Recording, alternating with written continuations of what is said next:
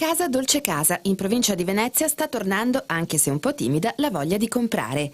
A dirlo sono i dati diffusi da Tecnocasa, secondo i quali, rispetto alla fine dell'anno scorso, in questi primi mesi del 2009 si registra un aumento della domanda abitativa. Le agenzie immobiliari sono più frequentate, si torna a chiedere di visitare gli appartamenti e c'è una rinnovata curiosità. Ancora troppo presto, però, per segnalare una vera ripresa del mercato. I prezzi si stanno abbassando. Il costo al metro quadro è calato di circa il 3%, ma solo nell'Interland, non a Venezia città storica e a Mestre, dove gli appartamenti continuano a rimanere invenduti. Soprattutto quelli nuovi, come le residenze di Viale San Marco e Via Fradeletto, giudicate troppo care.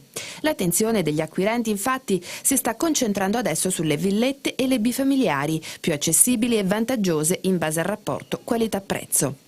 I tempi decisionali dei compratori comunque sono ancora lunghi e le scelte molto ponderate, a pesare l'incertezza sulla disponibilità di spesa e la stretta creditizia, con le banche ancora poco inclini a concedere mutui e finanziamenti.